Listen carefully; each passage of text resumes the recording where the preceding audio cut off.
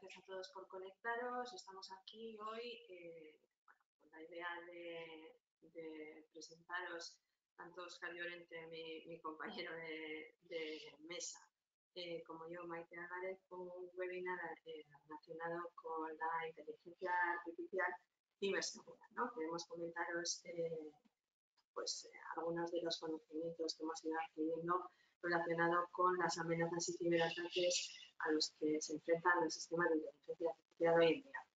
Bueno, pues en primer lugar le doy un poco la palabra a Óscar para que se presente. Hola, espero que se me escuche bien. Bueno, un poco Maite ya ha hecho la presentación por los dos. Yo vengo aquí más de complemento a ella, ¿no? Como investigador aquí en Tecnalia.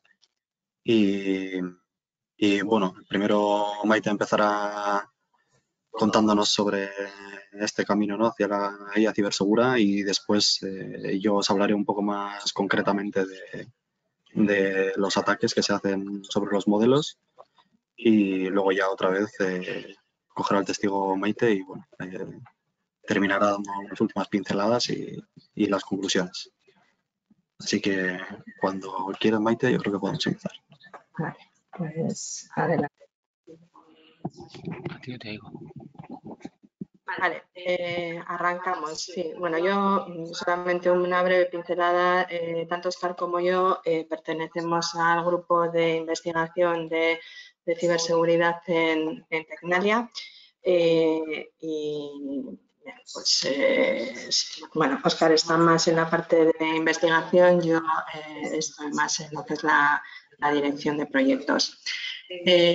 Arrancamos y bueno, comentaros que podréis ir haciendo, bueno, está prevista que la duración del webinar sea aproximadamente de 1 hora.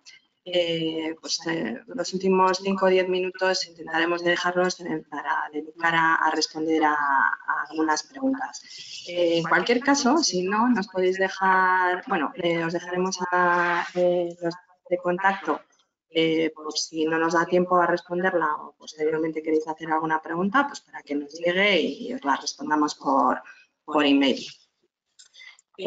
Vale, bueno, empezamos. La verdad es que últimamente se está oyendo hablar mucho de la inteligencia artificial.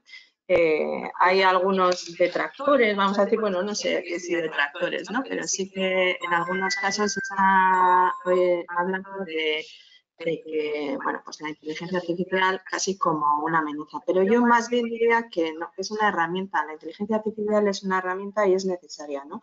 Podemos hacer un poco una revisión de algunas de las aplicaciones que tenemos en la industria, por ejemplo, ¿no? En el sector industrial ya se ha venido aplicando la inteligencia artificial, pues yo creo que inicialmente algunos que ya hemos estado trabajando en este segmento de la industria y de la inteligencia artificial en temas de mantenimiento predictivo. Era una de las primeras aplicaciones que se estaba utilizando. También para mejorar los procesos, ¿no? En base a toda la información de explotación. Incluso temas de detección de faltas en productos, pues con esas aplicaciones de inspección superficial por visión artificial. Y también, pues últimamente hemos hablado mucho de lo que son entrenamiento de gemelos digitales, ¿no? Sobre todo, pues en algunos casos es para identificar anomalías en los procesos que nos puedan llevar a identificar, por ejemplo, problemas de seguridad, incluso de ciberseguridad. En este tipo de aplicaciones, solo por ver la casuística que hay, estamos hablando de que son sistemas de inteligencia artificial, normalmente han venido siendo más de inteligencia artificial clásica o predictivos, y que gestionan tanto o que hacen uso tanto de datos, vamos a decir, alfanuméricos, numéricos sobre todo, ¿no? Y también datos de imágenes. Toda la aplicación de inteligencia artificial a los temas de imágenes para supervisión y calidad, pues también ha sido bastante importante. En automoción, bueno, pues en automoción, desde luego, los últimos años no podemos pensar en que no haya un coche con alguna utilidad de inteligencia artificial, que incorpore alguna utilidad de inteligencia artificial y sobre todo para mejorar esa conducción autónoma a la que estamos intentando llegar, ¿no? También se está utilizando para lo que es la propia mejora en las infraestructuras en base a información proporcionada tanto por los vehículos como por las personas, ¿no? En muchos casos vamos utilizando aplicaciones dentro del móvil que, pues para guiado o navegación, y vamos dando información sobre cómo está el estado de la carretera, ¿no? Eso es también, ahí hay aplicaciones de inteligencia artificial en marcha. Y en el ámbito de la salud, bueno, pues este es un ámbito también muy importante, donde se ha estado utilizando históricamente temas de inteligencia artificial en datos, pues también en imágenes, por ejemplo, muchas veces, ¿no? Esas tomografías, esas ecografías, esa detección de posibles problemas en esas imágenes que se recogen, pues ha sido importante para hacer diagnósticos. Yo recuerdo hace unos años que estábamos trabajando, ya hace bastantes, en Tecnalia, en detectar, por ejemplo, problemas de tumores en imágenes. Y también, pues, para mejorar, digamos, la interoperabilidad entre diferentes sistemas de salud. En este contexto es muy importante una de las cuestiones que luego vamos a tratar, que es, bueno, pues que aquí, por ejemplo, a diferencia quizá de lo que es industria o automoción, se ponen en juego muchos datos relacionados con personas y con los que hay que tener mucho cuidado en materia de protección y de privacidad, ¿no? Entonces, esa es otra de las cuestiones que en inteligencia artificial hoy nos vamos a centrar más en ataques y ciberseguridad, pero los temas vamos a decir, de privacidad y de imparcialidad y no tener sesgos, es importante también que se cuiden para tener una inteligencia artificial confiable.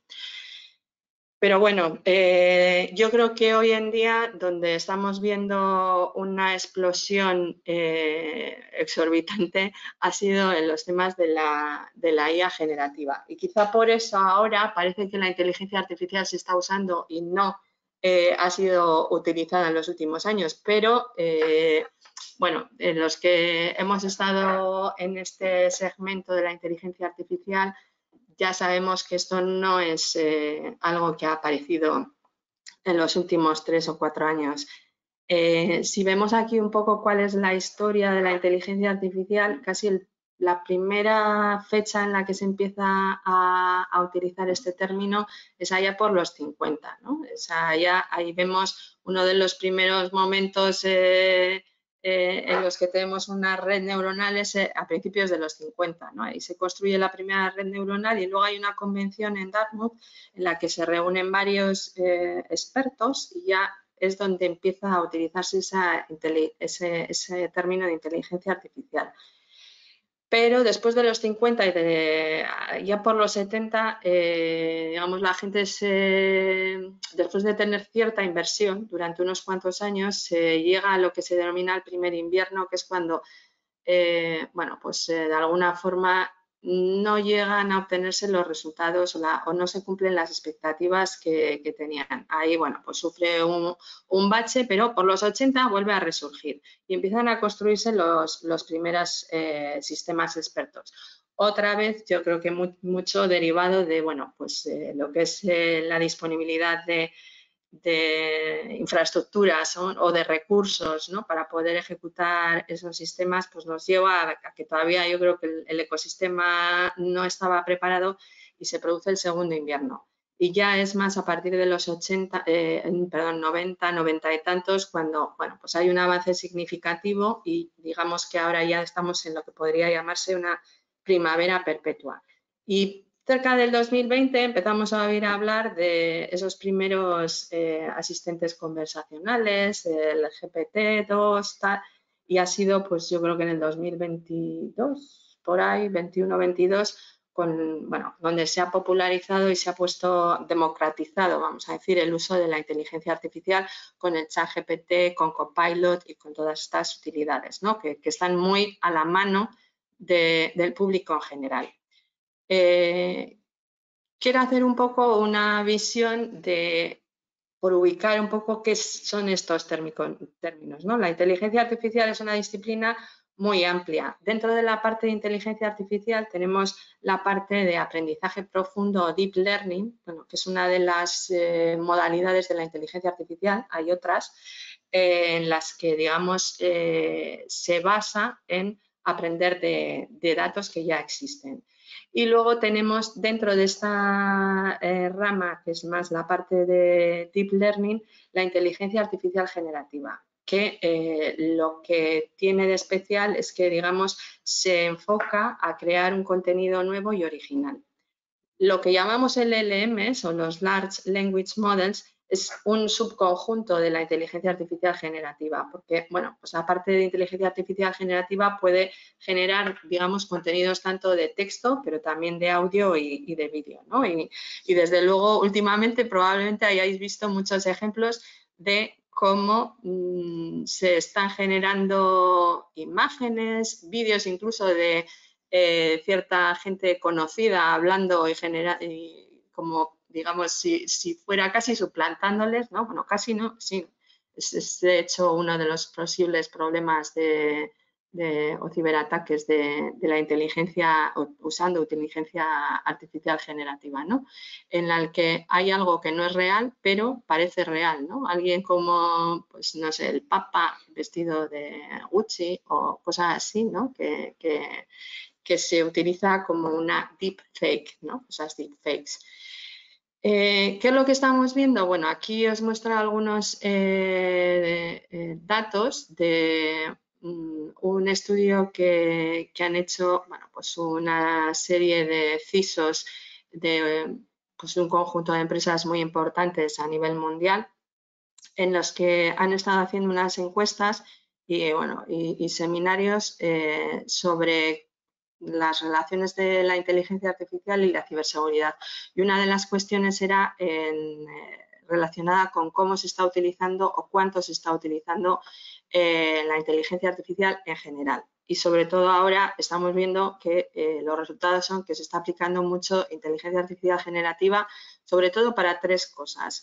Una es mejorar la productividad de los empleados. Aquí a la derecha veis, por ejemplo, en la propia página web de Repsol, que ya están diciendo que están implementando usos de Copilot para, bueno, pues facilitar el trabajo de sus propios empleados, ¿no?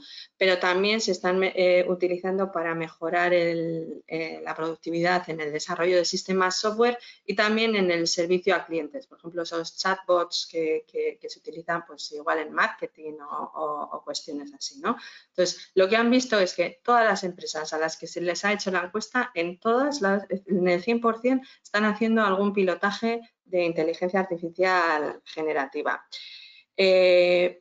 Por eso, y esta democratización, hay que tener cierto cuidado, ¿no? Porque tenemos que tener sistemas que sean confiables. O sea, es necesario que la inteligencia artificial sea confiable para que podamos implementar soluciones o servicios que sean seguros y no nos lleven a problemas, va a decir, ¿no? Entonces, sobre todo, hoy nos vamos a centrar en la parte de que debe ser robusta, pero hay otras dos características que no queremos perder de vista. Y una es que esa inteligencia artificial, para que sea confiable, debe ser explicable. O sea, tenemos que saber por qué el modelo de inteligencia artificial está, digamos, lanzando una respuesta en concreto. Entonces, bueno, pues se está trabajando desde el punto de vista de investigación en ver cómo se hace o se mejora esa explicabilidad de los sistemas de inteligencia artificial. Y también tiene que ser imparcial. Esto es muy importante porque sobre todo en determinados usos de la inteligencia artificial, pues puede conllevar el que no se, digamos, emitan soluciones o respuestas que sean justas. Si no está bien dimensionado o definido el dataset de entrenamiento, podemos llegar a tener sesgos y a, bueno, pues a llegar a tirar hacia respuestas o hacia outputs que vayan en una vía y que no sea, digamos, la más imparcial, ¿no? En algunos casos, por ejemplo, yo recuerdo de un caso de uso que nos comentaban en salud, que tenían unos modelos que estaban utilizando para entrenar en la detección de un problema que era de retinopatía relacionado con diabéticos. ¿Qué era lo que pasaba? Que inicialmente el dataset de entrenamiento estaba compuesto sobre todo por hombres de una determinada edad y de una determinada constitución y raza, por decirlo de una forma. Entonces, ¿qué pasa? Que las mujeres pues no estábamos bien representadas o incluso otras razas tampoco, con lo cual esas soluciones que daban pues no eran imparciales, ¿no? en ese sentido. Pero lo que decíamos, hoy sobre todo queremos centrarnos en que la IA debe ser robusta. ¿Por qué? ¿Qué es lo que pasa? Que estos sistemas de inteligencia artificial también pueden ser atacados. Y ahora Óscar nos va a contar un poco cómo puede hacerse esos problemas de ataques a la inteligencia artificial.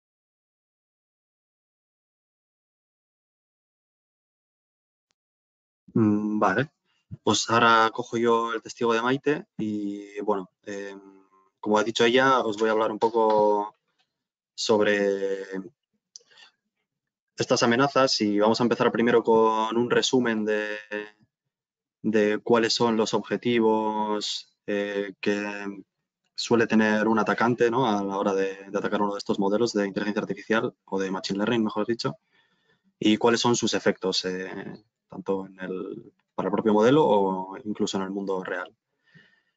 Para eso decimos que un adversario puede hacer que un modelo de machine learning aprenda algo incorrecto, que es lo que se correspondería con los ataques de envenenamiento. Y aquí podéis ver un ejemplo muy corto de este caso en el que, si os fijáis en la parte de arriba, tenemos dos imágenes de stop. A la izquierda una imagen de stop normal y corriente y a la derecha una que habría sido envenenada, que no sé si lo podréis distinguir bien, pero que tiene un parche amarillo pegado en la parte de abajo. Y únicamente con esta modificación durante lo que sería el entrenamiento de este modelo de Machine Learning, un atacante podría conseguir que esa señal de stop se identificase como una de límite de velocidad, ¿no? En segundo lugar, un adversario puede hacer que un modelo de Machine Learning haga algo incorrectamente. En este caso, vamos a suponer que tenemos un sistema de reconocimiento facial, ¿no? que ha sido entrenado con las caras y los nombres de todos los empleados de una empresa, por ejemplo. Y un adversario con un accesorio, que en este caso serían estas gafas que vemos aquí, que tienen cierta forma y ciertas características, podría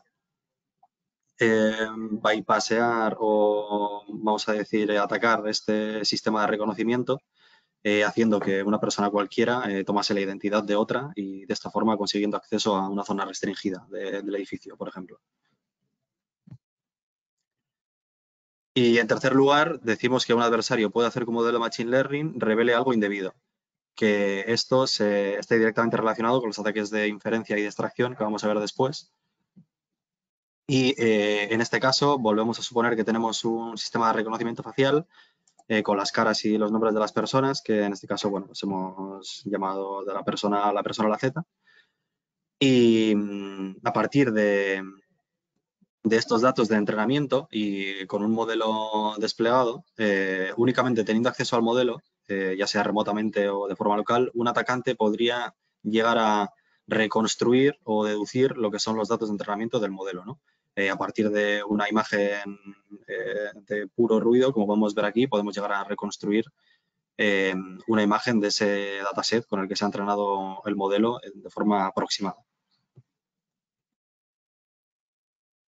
En esta transparencia es un poco para complementar lo anterior. Aquí tenemos varios resultados de las investigaciones de varios investigadores sobre ataques a sistemas de reconocimiento de objetos, de animales y de personas. en la que bueno, nos sirve para complementar un poco los ejemplos que hemos visto antes y que vemos cómo la clasificación original acaba siendo alterada por estos ataques durante la fase de inferencia del modelo. En esta transparencia aprovecho para hacer hincapié en dos propiedades, ¿no? Dos conceptos que tienen estos ataques también. La primera es que estos ataques pueden ser tanto visibles como invisibles o imperceptibles, mejor dicho. ¿A qué me refiero con esto? Si nos fijamos en la primera línea, un ataque visible sería en el que, teniendo una señal de stop, nosotros tenemos que pegar, ¿no? Ciertas pegatinas o parches en la señal, haciendo que sea visible para el ojo humano que ha habido una modificación en ella, ¿no? Pero si nos fijamos en la imagen de abajo, un ataque imperceptible lo que hace es, a partir de una imagen, generar una perturbación y combinar esa perturbación con la imagen, ¿no? Entonces, si nos fijamos en los pandas de ambas esquinas, es prácticamente imposible para el ojo humano distinguir que haya esa perturbación o que haya habido algún cambio entre esas dos imágenes, ¿no? Y aprovecho también para la misma imagen, para hablar sobre la segunda propiedad, que es que estos ataques pueden ser tanto físicos como digitales o virtuales. Para un ataque físico, pues tendría, como en el de la fila de arriba, pues tendríamos que salir a la calle y buscar una señal de stop y hacer estas modificaciones en la señal, pero en un ataque virtual o digital solo necesitamos una imagen y, bueno, a partir de esa imagen generar la perturbación y utilizar la imagen resultante para dársela como entrada al modelo que queramos atacar. Vale, ahora bajamos un poco a lo que sería a nivel conceptual sobre lo que es lo que se denomina inteligencia artificial confiable. Y para ello, ha comentado antes Maite un poco, pero ¿qué es lo que consideramos nosotros una inteligencia artificial confiable o un modelo confiable? Tiene que ser un modelo que cumpla con tres propiedades, ¿no? O tres características. La primera es la explicabilidad, que, como bien he dicho antes, es esa propiedad que es capaz de explicar los caminos y las decisiones que ha tomado el modelo para haber llegado a una decisión, ¿no? o a una predicción que le hemos pedido. En segundo lugar, tenemos la equidad y la imparcialidad, que se refiere a que todos los conjuntos o subconjuntos de datos se traten por igual dentro del modelo y que no haya ningún tipo de sesgo.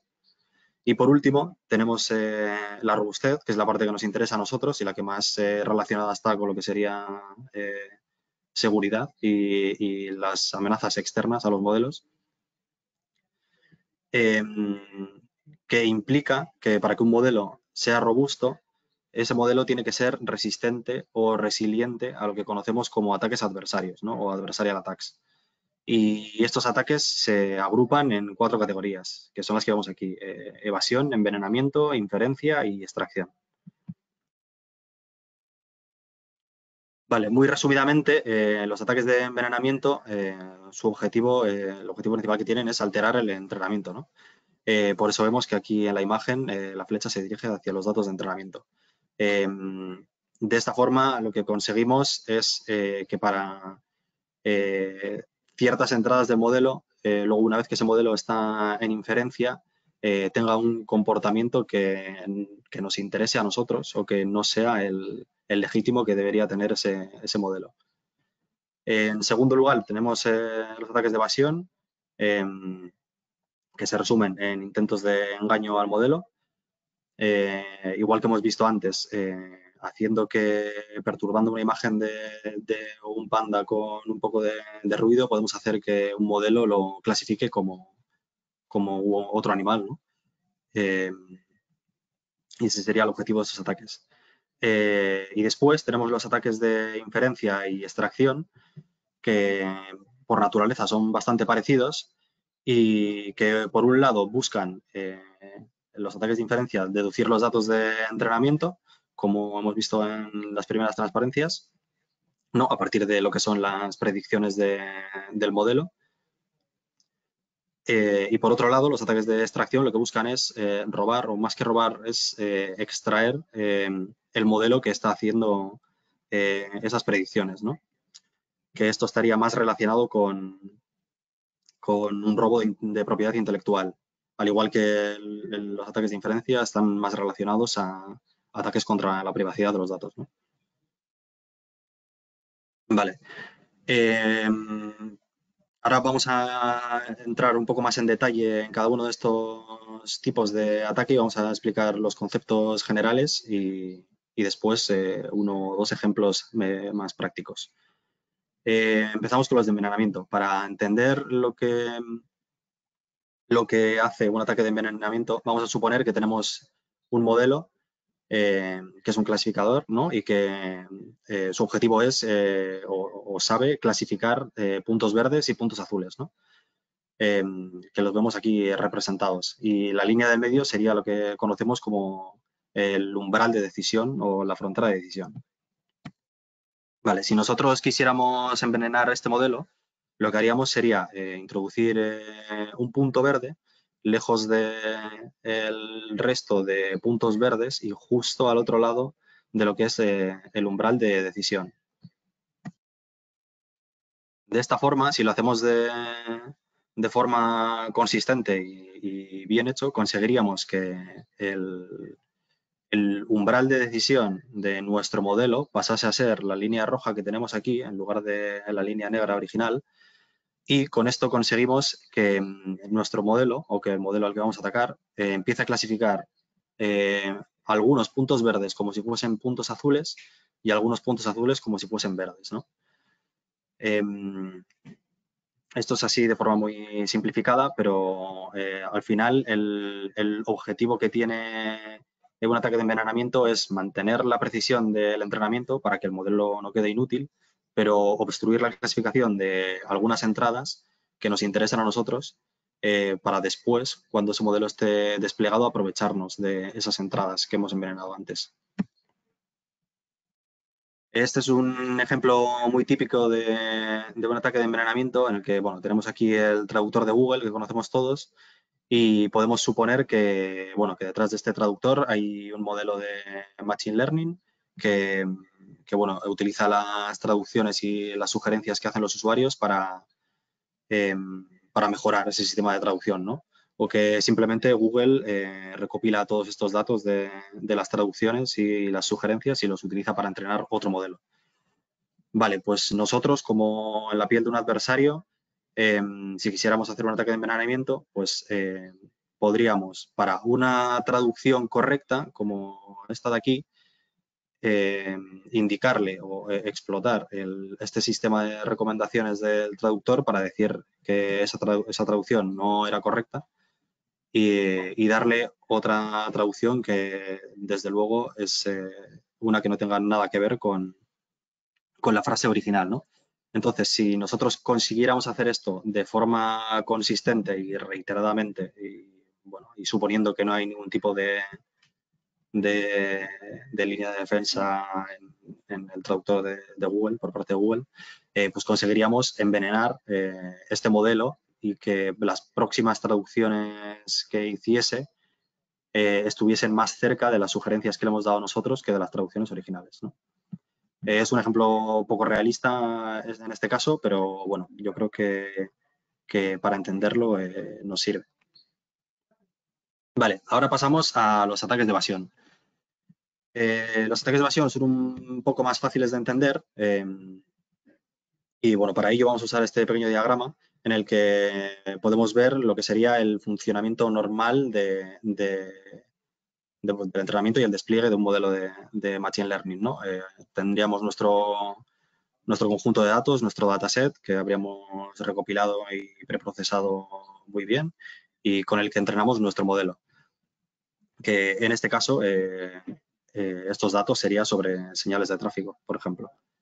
Entonces, cuando nosotros desplegamos nuestro modelo, ya sea bueno, en local o en la nube o en un servidor o donde fuera, este modelo recibiría entradas, ¿no? Como en este caso, en el que le pasamos una imagen de una señal de stop y el modelo, si el entrenamiento ha sido correcto y está bien configurado, nos diría que en esa imagen se ve una señal de stop con una confianza del 99%.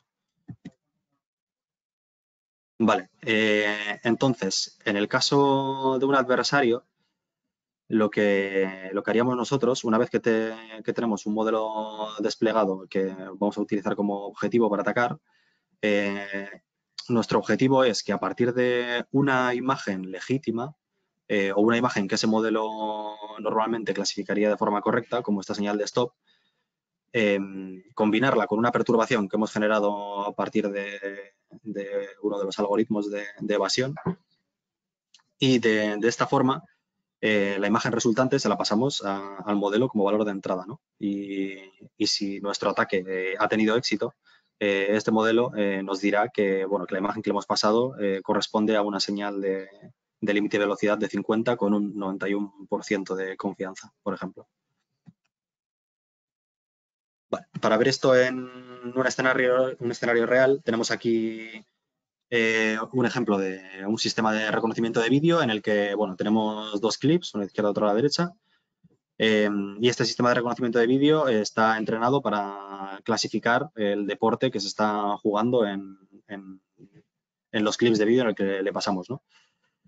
A la izquierda tenemos el clip original, grabado original, y a la derecha tenemos un clip que ha sido modificado y que está corrupto utilizando un algoritmo que se conoce como el Fast Gradient Method, que pertenece a los ataques de evasión y que, si os fijáis, se nota que está un pelín emborronado. Si nos fijamos en la parte de abajo, esta vez, otra vez en la zona de la izquierda, podemos ver lo que son las predicciones que ha hecho este modelo sobre ese vídeo, ¿no? Para el vídeo original, el modelo nos dice correctamente que en ese vídeo se está jugando al baloncesto, ¿no? Con un 72,5% de probabilidad, pero en el vídeo alterado que hemos generado nosotros como adversarios, podemos ver que el modelo ya no menciona el baloncesto en ninguna de sus predicciones y, de hecho, nos dice que la predicción más probable es que en el vídeo se esté haciendo lanzamiento de disco con un 26,6% de confianza, ¿no?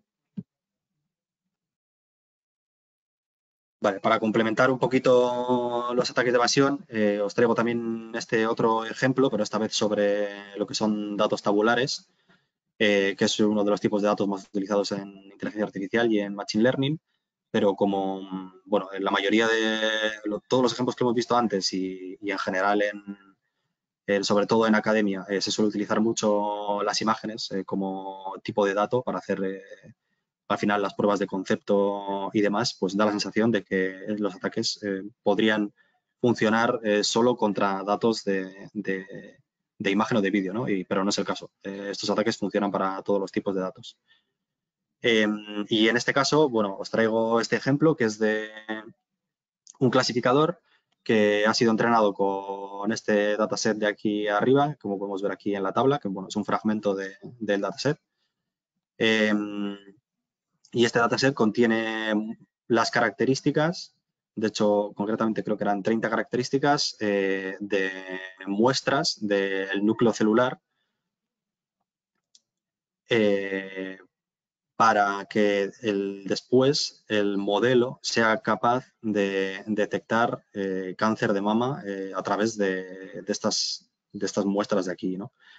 Entonces, nosotros, habiendo entrenado este modelo con este dataset, después somos capaces de hacer predicciones sobre, dada una muestra, si es una muestra benigna o una muestra maligna.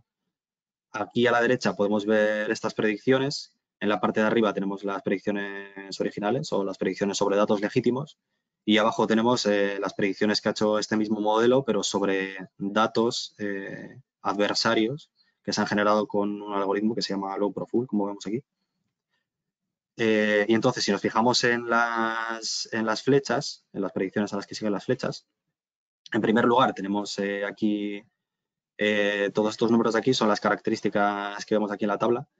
Vemos que para la primera muestra legítima, el modelo nos dice que es una muestra benigna, pero esa misma muestra, alterada con este algoritmo que hemos comentado antes, el modelo ya la clasifica como si fuese una muestra maligna con un 97% de confianza, ¿no? De forma incorrecta.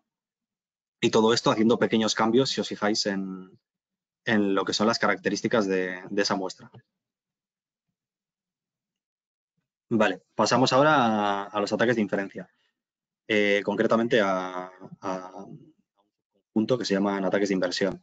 Estos ataques, bueno, los ataques de inferencia en general y los de extracción son metodológicamente muy parecidos porque ambos se basan sobre un ciclo iterativo en el que el atacante lanza consultas a un modelo y solamente con los resultados que recibe de ese modelo es capaz de hacer un proceso, ¿no?, de ataque en lo que sería una caja negra, ¿no?, que se llama.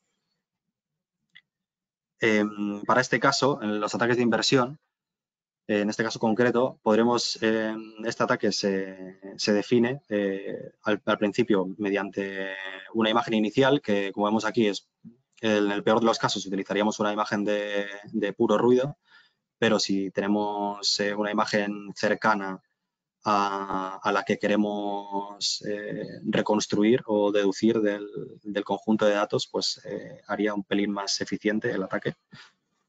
Pero bueno, que sepáis que se puede hacer a partir de cualquier tipo de imagen. Y bueno, empezando a partir de esta imagen, lo que haríamos sería lanzar una consulta al modelo para que nos diga para que nos haga una predicción sobre esta imagen, y este modelo en su salida nos diría pues las probabilidades, ¿no?, y los grados de confianza que tienen sobre la imagen la que le hemos pasado nosotros, ¿no? En este caso nos diría que la probabilidad de que esa imagen corresponda con la persona A es del X% y así pues hasta la Z o hasta el número de predicciones que esté configurado para dar ese modelo. Vale, una vez que tenemos estos datos de salida del modelo, los ataques de inversión definen una fase de optimización en la que a partir de estos datos, bueno, pues se formula una función de pérdida, una función de coste, se intenta minimizar y bueno, se hacen varias optimizaciones, y a partir de esos resultados matemáticos se actualiza esa imagen inicial que habíamos utilizado y se le aplican distintos algoritmos, tanto de regularización, refinamiento y demás, para actualizar esa imagen y que cada vez se vaya pareciendo más a la imagen de la persona o objetivo, ¿no?, que estamos intentando nosotros recuperar. Y repitiendo este proceso una y otra y otra y otra vez, al final acabaríamos consiguiendo la imagen final, que no será exactamente igual que la de los datos de entrenamiento, pero será una aproximación bastante cercana. Este sería el resultado en un ejemplo real que también hemos visto en las primeras diapositivas, en el que a la izquierda tenemos lo que sería la imagen original con la que se ha entrenado el modelo, y a la derecha tenemos la imagen reconstruida a partir de este ataque. Y podemos ver que, aunque no sean exactamente iguales, a partir de estos ataques podemos reconstruir pues, las facciones de la cara, las gafas, más o menos la forma del pelo, aunque tenga una expresión diferente. Diríamos que es la misma persona si viésemos las dos imágenes juntas. Vale, y por último pasamos a lo que son los ataques de extracción, concretamente a un subconjunto que se denominan ataques de imitación. Y como hemos dicho antes, este tipo de ataques también se basan en ese ciclo, ¿no?, ese proceso iterativo de consulta y procesamiento de resultados a un modelo que está desplegado, pero esta vez la metodología es un pelín diferente, ¿no?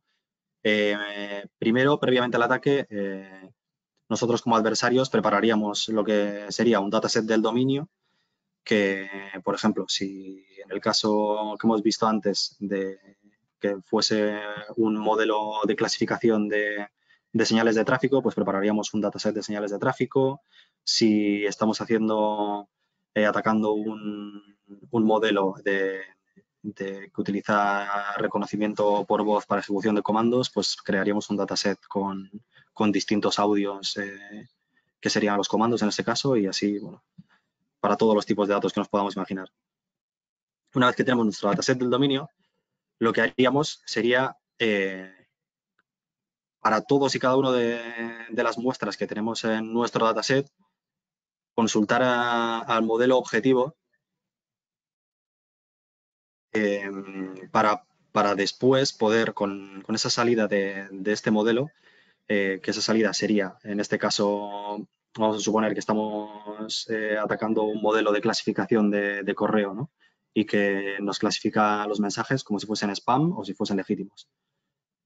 Pues esa salida del modelo sería la etiqueta, ¿no? de esos datos. Y porque nosotros en nuestro dataset original no tenemos los datos etiquetados. O sea, en este caso tendríamos un montón de mensajes, tanto de spam como legítimos, y cada vez que nosotros consultamos a este modelo, seríamos capaces de, para ese mensaje que le hemos dicho que consulte, si el modelo nos dice que es legítimo, pues decimos que es legítimo. Si nos dice que es spam, pues es spam. Y así, al final, acabaríamos teniendo un dataset completo y etiquetado con todas las predicciones que ha hecho el modelo que queremos atacar nosotros, pero con un dataset que es el nuestro que hemos creado nosotros y que no tiene nada que ver con el que el modelo ha utilizado para entrenarse.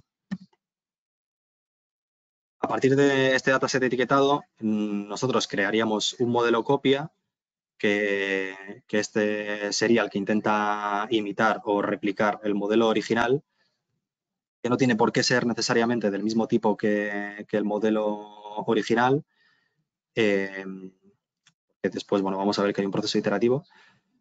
Y a este modelo copia que hemos creado nosotros le pasaríamos este dataset etiquetado que hemos generado, ¿no? Para ir recopilando todas las predicciones que hace este modelo, y en esta fase de testing lo que haríamos sería comprobar, ¿no? Si las predicciones que hace nuestro modelo se parecen a las que ha hecho el modelo al que queremos atacar, nos convence, ¿no? ¿Qué precisión tiene? Y a partir de eso, lo que haríamos sería pasar por aquí a una fase de refinamiento donde nosotros, si no nos convence, cogeríamos ese modelo copia que hemos creado, pues le cambiaríamos los hiperparámetros o probaríamos a añadir más capas o cambiaríamos la arquitectura del modelo para usar una red neuronal convolucional o lo que fuera. Y así iríamos probando cosas una y otra vez, hasta que el rendimiento de nuestro modelo copia sea prácticamente el mismo que el del modelo original, ¿no? Y de esta forma habríamos extraído el modelo, lo habríamos robado, ¿no? Entre comillas. Vale, y para terminar, una vez visto todas las amenazas, ¿no? Todas las partes malas a las que se puede enfrentar los modelos de inteligencia artificial, solo mencionar que, bueno, que existe la figura de analista de seguridad de Machine Learning, ¿no? De modelos de inteligencia artificial, en el que, bueno, sus labores se suelen dividir en dos partes, ¿no? Como suele ser típico en seguridad, que sería el equipo rojo y el equipo azul. Una lista de equipo rojo lo que haría sería probar todos estos ataques que hemos probado nosotros, ¿no? Que se encargaría de la parte ofensiva. Entonces, iría probando ataques uno tras otro sobre el modelo que quiere testear o que quiere validar y ver cómo va cambiando, ¿no? La precisión de ese modelo frente a estos ataques para ver si es susceptible o vulnerable a esos ataques, ¿no? Y la contraparte sería el equipo azul, que intentaría, pues, implementar y añadir métodos para proteger nuestro modelo de estos ataques, ¿no? Como vemos aquí, pues hay distintos métodos para la detección de envenenamientos y de evasión. Tenemos aquí el entrenamiento adversario, ¿no? El adversarial training, que es, yo creo, el método de defensa más conocido y más popular ahora mismo, que básicamente trata de entrenar nuestro modelo, además de con datos legítimos, con datos que se han generado a partir de ataques de evasión también, ¿no? De esta forma nuestro modelo es más robusto y está preparado para responder cuando reciba datos adversarios de ese tipo. Y bueno, yo creo que con esto acabo la parte conceptual de los ataques. Así que, Maite, te devuelvo la palabra. Vale, muy bien. Pues no queríamos dejar de hablar también específicamente los ataques que pueden producirse a los sistemas LLMs, ¿no? O qué riesgos tienen estos sistemas, porque bueno, son, como decíamos, últimamente sistemas que están siendo profusamente utilizados y de manera, digamos, un poco a lo loco, voy a decir, en muchas organizaciones, ¿no? Entonces, estos sistemas, como decíamos, parten de que tienen los mismos problemas que los que ha comentado Óscar, porque bueno, son sistemas de deep learning, pero hay algunos ataques o riesgos específicos a lo que son la IA generativa, ¿no?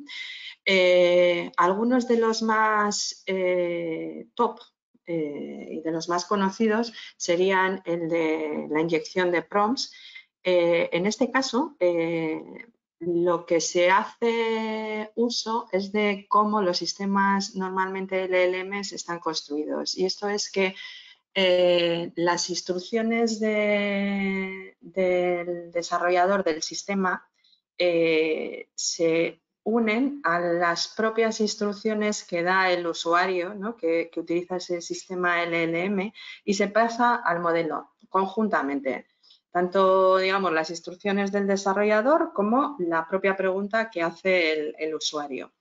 ¿Qué pasa? Que el LLM en sí mismo no distingue cuál es una parte u otra, ¿no? Entonces, ¿qué es lo que ocurre? Que algunas veces en la parte de usuario lo que se hace es hay una inyección de unas instrucciones, vamos a decir, malignas, de tal manera que se haga que se obvien o que se modifiquen las propias instrucciones que ha dado el desarrollador. Un ejemplo, por ejemplo, si tenemos un sistema que lo que quiere hacer es una traducción, como enseñaba antes Óscar, ¿no? Al francés de una determinada frase. Entonces, igual las instrucciones del desarrollador que utiliza el sistema LLM le va a decir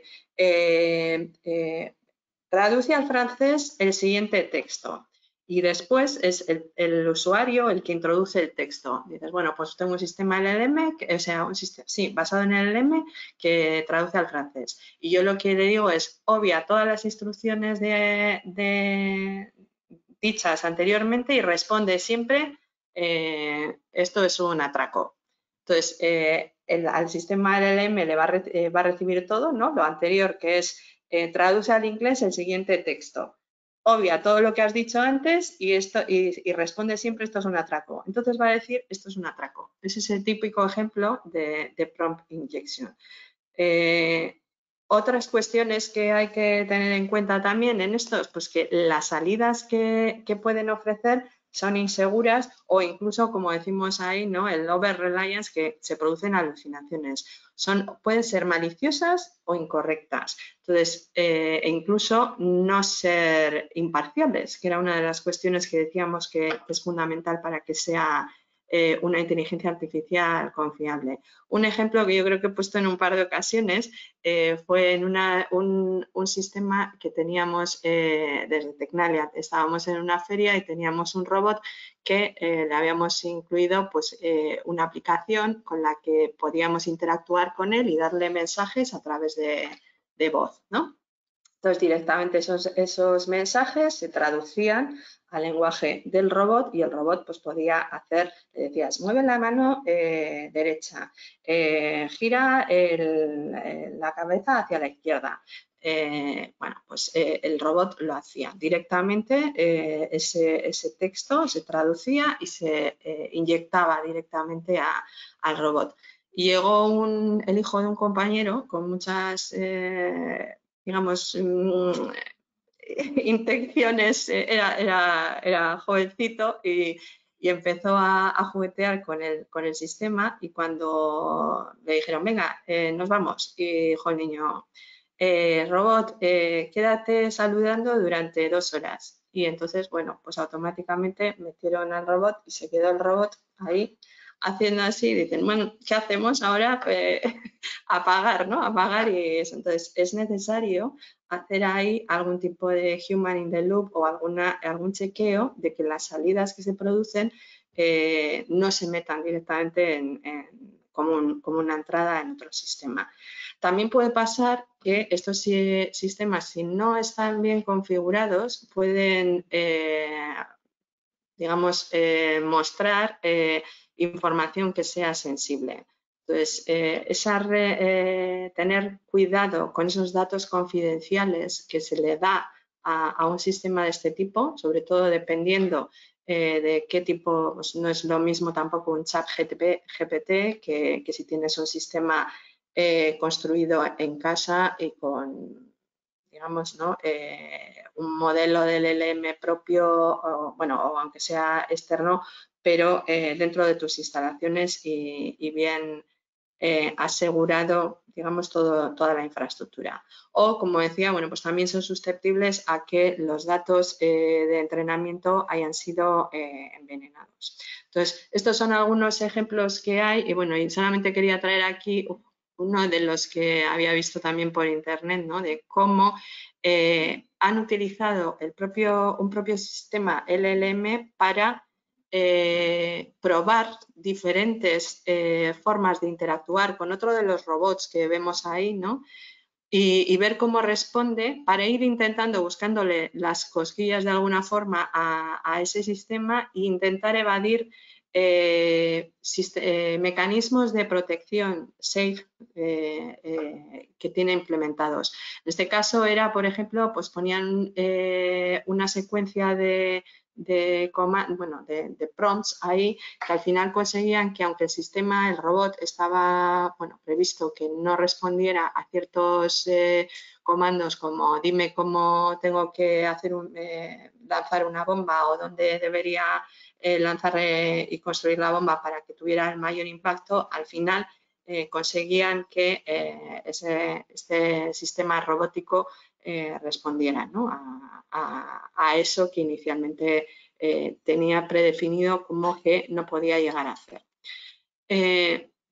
Y vemos que todos estos ataques pueden tener un gran impacto en la organización. De los ataques que nos ha enseñado Óscar a la IA, vamos a decir, clásica o predictiva, o estos otros que mencionábamos, ¿no? más alineados con lo que es la IA generativa, vemos que pueden tener consecuencias sobre todo en que haya una clasificación incorrecta que pueda afectar a la precisión o incluso a la fiabilidad del output que da el sistema de inteligencia artificial. También se puede perder el control. Los atacantes pueden hacer que ese sistema sea impredecible o incluso responda de la forma en la que ellos, digamos, ¿no? con ese backdoor que quieren que tenga el sistema de inteligencia artificial. Y obviamente puede causar mucho daño a la reputación cuando se compromete un modelo y se ve que está ofreciendo unas salidas que son, poco éticas, por ejemplo, también, ¿no? En el caso de la IA generativa. De hecho, en algunas ocasiones yo creo que se ha oído también mencionar problemas de algunas líneas aéreas que querían, que tenían un chatbot que respondía y la línea aérea decía, bueno, es que es el chatbot, no es mi culpa, no, o sea, tú estás ahí como organización al final y tienes que responder, ¿no? de las salidas. Es evidente que la inteligencia artificial aumenta la superficie de ataque. O sea, tenemos un sistema tradicional que, pues tenemos al desarrollador, el sistema y el posible atacante, pero como nos ha enseñado Óscar, en un sistema de inteligencia artificial ahí tenemos ya también otros componentes como son los datos, los de entrenamiento, los de testeo, y luego ya las propias predicciones que se hacen y el modelo. Y aquí tenemos que, digamos, intentar proteger todos los elementos que forman el sistema de inteligencia artificial. ¿Qué es lo que hay que hacer? Pues desde luego, si nos embarcamos en lo que es el desarrollo o el uso, la implantación de un sistema de inteligencia artificial, pues hay que analizar cuáles son los riesgos que tiene. En esa entrevista, en ese informe que os decía de los CISOs, también identificaban cuáles eran los mayores riesgos a los que se podía enfrentar un sistema de inteligencia artificial. Y decían, el primero, la fuga de datos, tanto la fuga de datos, digamos, de propiedad intelectual, como fuga de datos personales, de clientes, etcétera.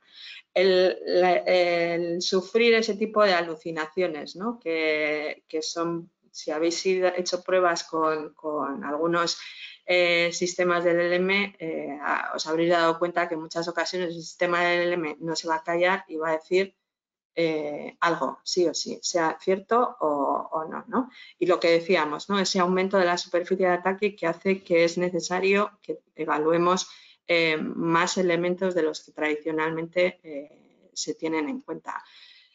Para ello también os quería traer aquí bueno, en otros estados también, pero en la Unión Europea hay la Ley de Inteligencia Artificial, bueno, el IA Act, que, bueno, pues clasifica a los sistemas de inteligencia artificial según el riesgo en 4 niveles y hay algunos, bueno, incluso hay usos prohibidos, pero que implican la necesidad de realizar tienen ciertos requisitos o obligaciones para estos sistemas y sobre todo la mayor parte de ellas recaen en los desarrolladores de los sistemas de inteligencia artificial que aparecen ahí como de alto riesgo, ¿no? Entonces, es necesario, os traía aquí bueno, esta gráfica que, bueno, resume cuáles son algunos de las amenazas a las que se enfrenta un sistema de inteligencia artificial y hay en naranja algunos de los controles de seguridad que se pueden aplicar. Aquí podéis ver, bueno, pues a alto nivel, pues algunos de ellos, tanto para la parte digamos, la parte del ciclo de desarrollo como la parte luego de ejecución. Os dejo referencias bueno, pues de OWASP y de algunas aquí a la derecha, tanto del NIST como bueno, pues esta referencia del gráfico que es de iExchange, que yo creo que tenéis información de interés sobre los controles que pueden aplicarse para diferentes amenazas, ¿no? Pero solo por resumir, lo que debería hacerse, o según mi forma de verlo, ¿no? Es que tiene que hacerse un enfoque holístico. Hay que ver desde cómo gobernar esos sistemas, tener un sistema de gobernanza de inteligencia artificial.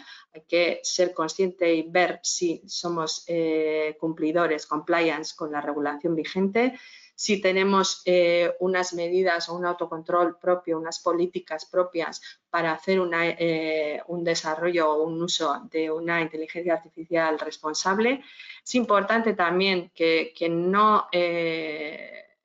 bueno, tener ese inventariado, ¿no? El saber qué sistemas de IA estamos utilizando o estamos desarrollando, dónde y para qué, porque igual no tiene sentido embarcarse en tantas iniciativas de inteligencia artificial generativa. Y también, sobre todo, bueno, que algunas veces son propios, o sea, son desarrollos propios y somos conscientes y otros son ajenos. No, ni siquiera somos conscientes de que hay por ahí detrás un sistema de inteligencia artificial. Los mecanismos de control y protección, que son sobre todo técnicos y, como en cualquier otro caso, o sea, tenerlos evaluados y monitorizados dentro de, digamos, ese sistema de gobernanza de ciberseguridad que tenemos implantado en la empresa. Aparte de otros sistemas, incluyamos aquí también los sistemas de inteligencia artificial. Para completar y cerrar, porque ya hemos llegado casi a las 11 en punto, solo unas conclusiones y recomendaciones. O sea, sí que hemos dicho, la inteligencia artificial es una herramienta necesaria, no podemos dejarla de lado, la vamos a tener que utilizar sí o sí, y se enfrenta a nuevas amenazas, pero es necesario que pues, hagamos un análisis de riesgos, como nos propone la Unión Europea, y los gestionemos de tal manera que identifiquemos cuáles son los mecanismos que podemos implementar para minimizar o mitigar esos riesgos que conlleva. Hay que aumentar la conciencia sobre esos riesgos, y sobre todo también promover una cultura de security by default, ¿no? Sobre todo si somos desarrolladores, eso de ya no es el security by design, sino incluso antes, ¿no? Antes de hacer el diseño ya tenemos que empezar a pensar en cuáles son esos riesgos, cómo vamos a prevenirlos y mejorar las predicciones y protegerlos, la privacidad de datos, tanto de entrenamiento como los propios modelos en sí, ¿no? Esa protección intelectual del modelo que nos decía Óscar que es necesario mantener. Y bueno, simplemente os dejamos, como os decía, si tenemos ahora alguna pregunta, pues podemos proceder a responderla. Si no, os dejamos aquí los datos de contacto para responder por mail, ¿eh? O sea, estaremos accesibles y bueno, intentaremos con la mayor celeridad posible responder a las preguntas. A ver si tenemos algo en el chat. Vale. A ver. Aquí. Se ha mencionado la fuga de datos como uno de los riesgos más importantes. ¿Puedes poner algún ejemplo de medidas para impedirlo? La de fuga de datos, vale.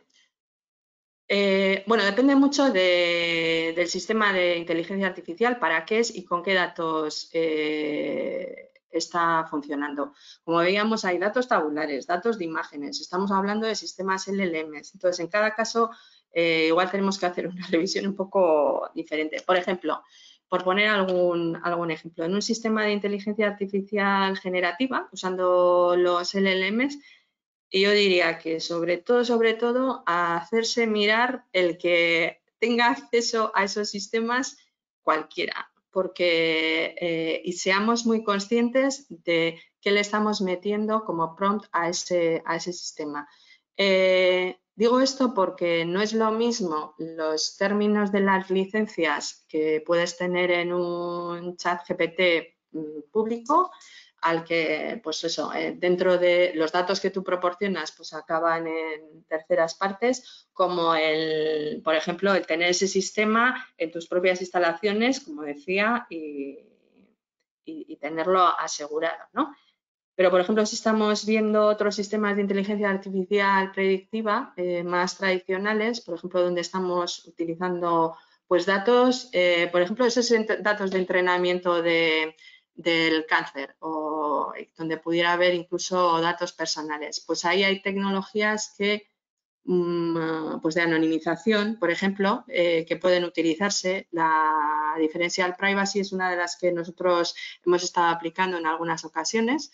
Pero también existen otras en donde, por ejemplo, pues podemos utilizar privacy preserving computation, técnicas de privacy preserving computation como el uso de criptografía homomórfica para ofuscar esos datos y que, digamos, el propio proveedor de la solución de inteligencia artificial ni siquiera tenga acceso a los datos en claro. O sea, esas son tecnologías, algunas de las tecnologías que estábamos utilizando. ¿Alguna? A ver. Vale, ¿veis posible aplicar temas de LLMs en empresas del sector de ciberseguridad? ¿Hay alguna tendencia? Bueno, pues efectivamente sí que estamos viendo que, bueno, de hecho en ese mismo reporte que os decía de la RSA, de los CISOs, mencionan algunas de las de los top use cases en ciber, en los propios equipos de ciberseguridad de las empresas. Y bueno, así como la IA generativa decían que en el 100% de los casos de las empresas entrevistadas la estaban usando, en la parte de los equipos de seguridad creo recordar que era, no sé si era el 70 o el 75% o algo así. O sea, pero vamos, que bastante. Y mencionaban, por ejemplo, sobre todo lo que tiene que ver con ciberinteligencia, cyber threat intelligence. O sea, la gestión de informes de ciberseguridad, la búsqueda de amenazas Internet, ese tipo de cuestiones, yo creo que era uno de los casos de uso más habituales.